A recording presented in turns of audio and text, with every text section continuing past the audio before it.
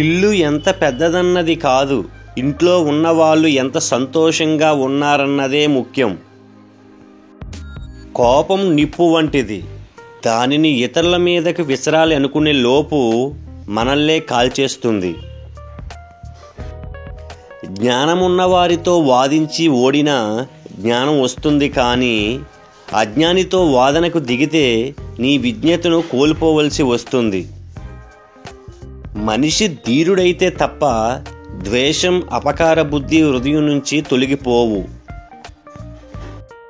ఎక్కడైతే కన్నీళ్లు దాచుకోకుండా ఏడగలమో, ఎవరినైతే సంకోచం లేకుండా ఏదైనా అడగగలమో వారి సమక్షంలో సంతోషంగా ఉండగలం. అలంకరణ ఎదుటివారి కళ్ళకు అందంగా కనిపిస్తుంది. అందమైన మాట తీరు మనిషికి గౌరవాన్ని, విలువను పెంచుతుంది. సంపద లేకపోయినా సంస్కారం ఉంటే చాలు.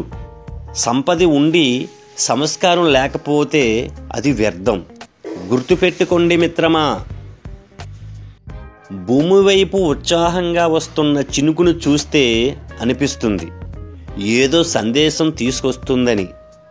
బహుశా నింగికి భూమికి మధ్య ప్రేమ వారుదులే కాబోలు ఈ వాన చినుకులు. ఒకప్పుడు జ్ఞాపకాలను మదిలో భద్రపరుచుకునేవారు.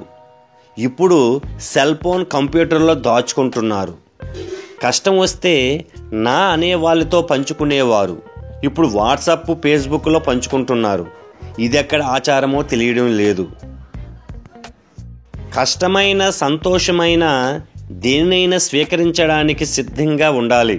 అప్పుడే భవిష్యత్ అంటే భయం ఉండదు. డబ్బు మనిషిని మార్చదు, కానీ మనిషి స్వభావాన్ని ఖచ్చితంగా బయటపెడుతుంది. గుర్తుపెట్టుకోండి మిత్రమా.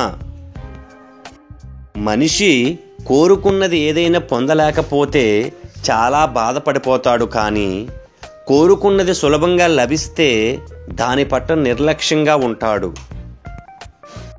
జీవితంలో అన్నీ కోల్పోయిన తర్వాతే ఎవరు ఎలాంటి వారనేది తెలుసుకుంటాము. మనం చీకట్లో ఉన్నామనే భావన కలిగినప్పుడు వెలుతురు వైపు చూసే ప్రయత్నం చేయాలి. బుసలు కొట్టే పాము కంటే ఇతరుల గురించి గుసగుసలాడే మనుషులతోనే ఎక్కువ ప్రమాదం. గుర్తుపెట్టుకోండి మిత్రమా. నీపై పడిన నింద నిజమైతే సరిదిద్దుకోవడానికి ప్రయత్నించాలి. అబద్ధమైతే నవ్వి ఊరుకోవడం ఉత్తమం. నీ కష్టాన్ని ఇక్కడ ఎవ్వడూ గుర్తించడు, ఫలితాన్ని చూస్తున్నారు అందరూ. ఎంత తెలివిగా గమ్యాన్ని చేరావన్నదే ముఖ్యం.